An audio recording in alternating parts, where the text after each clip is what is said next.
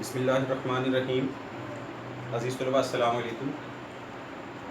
عزیز طلباء، آج ہم اپنے نئے سبق جو کہ سبق نمبر 5 ہے، نصوح اور سلیم کی گفتگو کا جو ہے آغاز کریں گے، اور اپنی روایت کے مطابق ہم سب سے پہلے سبق کے مصنف کا جو تعارف ہے، ان کے حالات زندگی ہیں، ان کا اسلوب بیان ہے، ان کی اہم تصانیف ہیں، ان کے بارے میں جو ہے وہ جانتے ہیں۔ سبق نصوح اور سلیم کی گفتگو صنف ادب کے لحاظ سے یہ ناول ہے۔ صنف ادب یعنی یہ ہے کیا؟ ناول ہے، افسانہ ہے، کوئی داستان ہے۔ یہ کیا ہے؟ یہ ہے ناول۔ مصنف ہیں اس کے ڈپٹی نذیر احمد دہلوی۔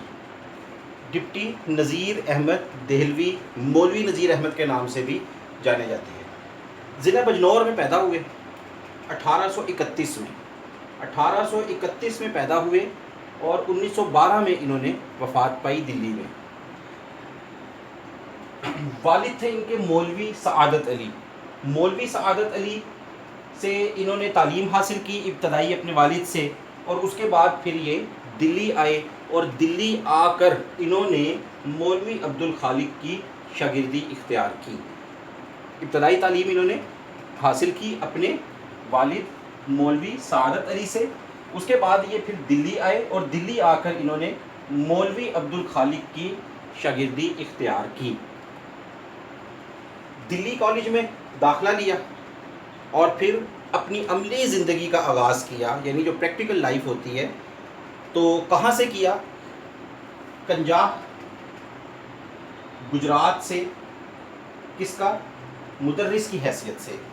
کنجاہ ضلع گجرات میں مدرس یعنی استاد کی حیثیت سے انہوں نے اپنی جو عملی زندگی تھی اس کا آغاز کیا۔ اس کے بعد میں یہ ڈپٹی انسپیکٹر مدارس جو ہے وہ مقرر ہو گئے، بن گئے، اور اسی وجہ سے پھر یہ ڈپٹی نذیر احمد دہلوی کہلاتے ہیں۔ 1861 میں 1861 میں انہوں نے انڈین پینل کوڈ یعنی تعزیرات ہند کا جو ہے وہ ترجمہ کیا۔ تعزیرات ہند جس کو انڈین پینل کوڈ کہا جاتا تھا، تو اس کا انہوں نے ترجمہ کیا، اور ترجمہ کرنے کی وجہ سے پھر ان کو تحصیلدار اور افسر بندوبست کے جو عہدے ہیں ان پر فائز کیا گیا۔ لیکن ہوا کیا؟ سر سالار جنگ، یہ یاد رکھنا نام آپ نے، سالار جنگ نہیں ہے، سر سالار جنگ کی ایما پر، ایما کہتے ہیں اشارے کو، کسی کو اشارہ کرنا، کسی کو قائل کرنا کسی بات پر، کسی کو کسی بات کے بارے میں اشارہ کرنا، کسی کام کے کرنے کے بارے میں اشارہ کرنا۔ تو گویا ہم کہہ سکتے ہیں کہ سر سالار جنگ کی ایما پر، یعنی ان کے کہنے پر، ان کی ہدایت پر، ان کے قائل کرنے پر انہوں نے انگریزی ملازمت ترک کر دی۔ یعنی جو تحصیلدار اور افسر بندوبست تھے تو یہ انگریزی ملازمت تھی، تو سر سالار جنگ کی ایما پر، ان کے کہنے پر، ان کے قائل کرنے پر انہوں نے وہ ملازمت ترک کر دی، اور پھر حیدرآباد دکن کی ملازمت اختیار کی۔ حیدرآباد دکن میں جو ہے وہ ملازم ہوئے، اور پھر ایک عرصے تک وہاں پر ملازمت کرنے کے بعد اس ملازمت کو بھی خیر بات کہا، اس کو بھی چھوڑ دیا، اور پھر دلی آئے، اور دلی آ کر اپنی جو بقیہ زندگی تھی یہیں پر انہوں نے بسر کر دی۔ تو طلباء اس میں جو یاد رکھنے والی چیزیں ہیں جو ایم سی کیوز کی شکل میں پوچھی جا سکتی ہیں، شارٹ کویشچن کی شکل میں پوچھی جا سکتی ہیں، وہ کیا ہے کہ سبق نصوح اور سلیم کی گفتگو کے مصنف کا نام کیا ہے؟ تو سبق نصوح اور سلیم کی گفتگو کے مصنف کا نام کیا ہے؟ ڈپٹی نذیر احمد دہلوی۔ ڈپٹی نذیر احمد دہلوی کب پیدا ہوئے؟ 1831 میں۔ ڈپٹی نذیر احمد دہلوی کا وصال یعنی انتقال کب ہوا، وہ وفات کب پائی انہوں نے؟ تو 1912 میں۔ کہاں پیدا ہوئے؟ ضلع بجنور میں۔ والد کا نام کیا تھا؟ مولوی سعادت علی۔ مولوی سعادت علی کے بعد انہوں نے کس سے تعلیم حاصل کی؟ مولوی عبدالخالق سے۔ دلی کالج میں داخلہ لیا۔ کس کالج میں داخلہ لیا؟ دلی کالج میں۔ عملی زندگی کا آغاز کہاں سے کیا؟ کنجاہ ضلع گجرات میں مدرس استاد کی حیثیت سے۔ 1861 میں انڈین پینل کوڈ یعنی تعزیرات ہند کا، تعزیر سزا کو کہتے ہیں، ایسی جو قانون جس میں مختلف جرائم کی سزائیں جو ہیں وہ مقرر کی گئی ہوں گی کہ کوئی کیسا جرم کرے گا تو اس کے اوپر کیسی سزا جو ہے وہ مقرر ہوگی، تو وہ تعزیرات کہلاتی ہیں۔ تو تعزیرات ہند کا انہوں نے ترجمہ کیا، اور اس وجہ سے پھر ان کو کیا کیا گیا؟ تحصیلدار اور افسر بندوبست بھی لگایا گیا۔ لیکن سر سالار جنگ ڈپٹی نذیر احمد دہلوی نے کس کے کہنے پر انگریزی ملازمت چھوڑی؟ سالار جنگ یا سر سالار جنگ؟ تو آپ کو پتہ ہونا چاہیے سر سالار جنگ کے کہنے پر، ان کے قائل کرنے پر انہوں نے انگریزی ملازمت چھوڑی، اور کہاں پہ ملازمت اختیار کی؟ حیدرآباد دکن میں، اور پھر وہاں سے بھی ملازمت کو خیر بات کہا اور دلی آئے، اور دلی ہی میں پھر بقیہ زندگی جو ہے وہ بسر کر دی انہوں نے۔ اچھا، ان کی ناول نگاری کی خصوصیات کیا ہیں؟ پہلی چیز یاد رکھیں، ان کے ناول جو ہیں وہ اصلاحی طرز کے ہیں۔ اصلاحی طرز یعنی اصلاح کہتے ہیں درستی کرنا، کسی کی درستی کرنا، کسی کو سیدھے رستے پر لگانا، کسی کو برائی سے روکنا، کسی کو جو ہے وہ برے رستے سے اٹھا کر ادھر سے نکال کر سیدھے رستے پر لے آنا، یہ اصلاح کہتے ہیں، درست کر دینا کسی کو۔ اصلاحی طرز یعنی ان کے ناول جو ہیں وہ معاشرے کی اصلاح کا کام کرتے ہیں، انہوں نے اپنے ناولوں سے معاشرے کی اصلاح کا کام لیا ہے، معاشرے کی برائیوں کو اجاگر کر کے انہوں نے اس کی ان کے جو منفی پہلو ہیں ان کو اجاگر کر کے لوگوں کو قائل کیا کہ اس چیز سے بچیں اور سیدھے رستے کو جو ہے وہ اختیار کریں۔ تو اس چیز سے بعض لوگ کہتے ہیں کہ ناول کا فن جو ہے وہ متاثر ہوا، کیونکہ جب اصلاحی طرز پر وہ آئے تو ظاہر بات ہے پھر ایک مقصد بن گیا۔ مقصد کیا تھا؟ ناول لکھنے کا مقصد یہ ہے کہ لوگوں کی اصلاح ہو، تو اس مقصدیت نے، اس مقصد پسندی نے ناول کے فن کو کچھ لوگ کہتے ہیں بری طرح متاثر کیا، لیکن بہرحال جو اس کی خصوصیات ہیں اور جو محاورے کی اور باقی جو زبان و بیان کی جو خصوصیات ہیں، جو خوبیاں ہیں، وہ بہرحال ڈپٹی نذیر احمد جو ہیں اس میں وہ یکتا ہیں، طاق ہیں، اور اس میں ان کا کوئی ثانی نہیں ہے۔ تو چونکہ اصلاحی طرز کے ہیں، لہٰذا ان کے جو کریکٹرز ہیں، جو انہوں نے اپنے کردار وضع کیے ہیں اپنے ناولز میں، وہ کردار بھی اس میں بامسمہ ہوتے ہیں، یعنی جیسا نام دیا ہے نا کسی کردار کو، اس کا کریکٹر بھی، اس کے جو عملی رجحانات ہیں وہ بھی وہی دکھائے ہیں۔ اگر کسی کا نام انہوں نے اپنے ناول میں سلیم رکھا ہے تو اس کا مطلب کیا ہے کہ اس کو سلیم الفطرت دکھایا ہے۔ اگر کسی کا نام، اسی ناول کی میں بات کروں گا جس سے یہ لیا گیا سبق، اگر کسی کا نام انہوں نے کلیم رکھا ہے، کلیم کہتے ہیں کلام کرنے والا، باتونی، بولنے والا، تو اس کا کردار جو ہے وہ اس کے نام کی بالکل کیا کر رہا ہے؟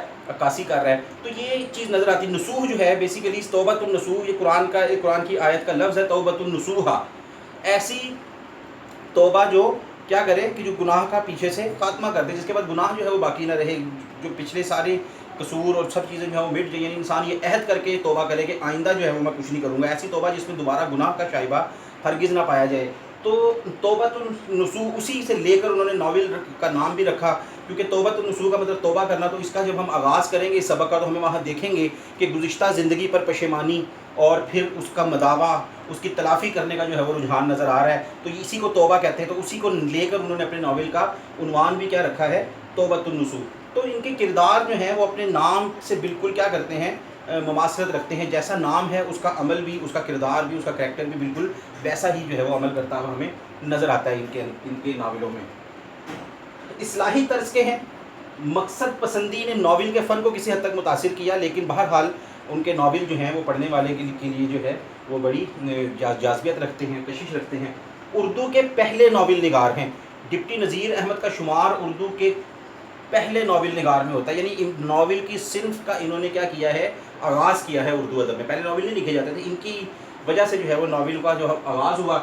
اردو کے ارکان خمسہ میں شمار ہوتے ہیں۔ ارکان خمسہ، 5 ارکان۔ 5 ارکان کیوں کہا جاتا ہے؟ 5 جیسے اسلام کے بھی بنیاد الاسلام علی خمسہ، اسلام کی جو بنیاد ہے وہ 5 چیزوں پر، اسی چیز کو لے کے انہوں نے اردو کی بنیاد میں 5 لوگوں کا نام جو ہے وہ رکھا ہے کہ ان کے اوپر اردو کی عمارت قائم ہوئی۔ ارکان خمسہ کیوں کہا گیا ہے؟ ارکان خمسہ میں ان لوگوں کو شمار کیا گیا جنہوں نے اردو ادب میں کسی نئی صنف کو رواج دیا ہو، جیسے سر سید احمد خان ہے۔ سر سید احمد خان بھی ارکان خمسہ میں شامل ہوتے ہیں، کیونکہ انہوں نے اردو میں مضمون کی صنف کو جو ہے وہ رواج دیا۔ مضمون کے پہلے جو لکھنے والے ہیں اردو ادب میں وہ کون ہیں؟ سر سید احمد خان ہیں، تو ان کو بھی شامل کیا جاتا ہے۔ تو کسی نئی صنف کو جنہوں نے متعارف کروایا ہو وہ ارکان خمسہ میں شامل ہے۔ ہماری اردو کی 9th کلاس کی جو کتاب ہے اس کے جو پہلے 5 اسباق ہیں ان کے مصنفین ارکان خمسہ میں شامل ہوتے ہیں۔ پہلے 5 اسباق کے جو مصنفین ہیں کون ہیں؟ پہلے سبق میں شبلی نعمانی ہیں، دوسرے میں ہیں الطاف حسین خالی، تیسرے میں سر سید احمد خان، چوتھے میں ہیں مولانا محمد حسین آزاد، اور 5ویں میں ڈپٹی نذیر احمد۔ تو یہ 5 جو ہیں یہ ارکان خمسہ کہلاتے ہیں، 5 ارکان۔ محاوروں کے استعمال میں مہارت حاصل ہے ان کو۔ عورتوں کی جو مخصوص زبان ہے، جو ان کے محاورے ہوتے ہیں، مکالمے ہوتے ہیں، عورتیں کس طرح آپس میں گفت و شنید کرتی ہیں، کس طرح آپس میں بات کرتی ہیں، اس کے یہ استاد تسلیم کیے گئے ہیں۔ اپنے ناولوں میں انہوں نے عورتوں کی زبان کو جس طریقے سے بیان کیا، جس طریقے سے برتا ہے، تو وہ ان کی مہارت کا جو ہے وہ پتہ دیتے ہیں اس کے، اسی لیے ان کو لوگوں نے استاد تسلیم کیا ہے. عورتوں کی زبان، ان کی جو روایت، ان کی جو ایک خاص انداز ہوتا ہے عورتوں کی گفتگو کا، اس کے استاد تسلیم کیے گئے ہیں. اہم ناول کون کون سے ہیں ان کے؟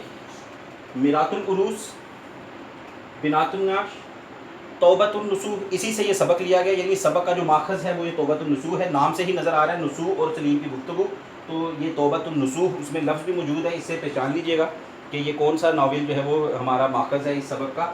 فسانہ مبتلا اور ابن الوقت جو ہیں یہ ان کے اہم ناولوں میں شمار ہوتے ہیں.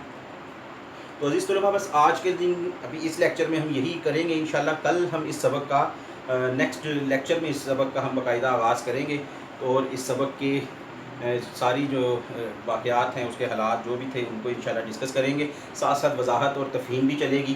اور آج جو ہے نا آپ لوگوں نے مصنف کے تعارف کو اچھے طریقے سے پڑھنا ہے، تاکہ MCQs جو ہیں وہ کافی حد تک تیار ہو جائیں. باقی جو سبق کے ہوں گے، سبق میں جو اہم پوائنٹس ہوتے ہیں جو ان کے MCQs بن سکتے ہیں، وہ انشاءاللہ ہم ساتھ ساتھ اس کو ڈسکس کریں گے. تو اس کو یاد کریں اچھے طریقے سے، اور انشاءاللہ اگلے لیکچر میں جلد ہی آپ سے ملاقات ہوگی. تب تک اپنا خیال رکھیں. اللہ حافظ.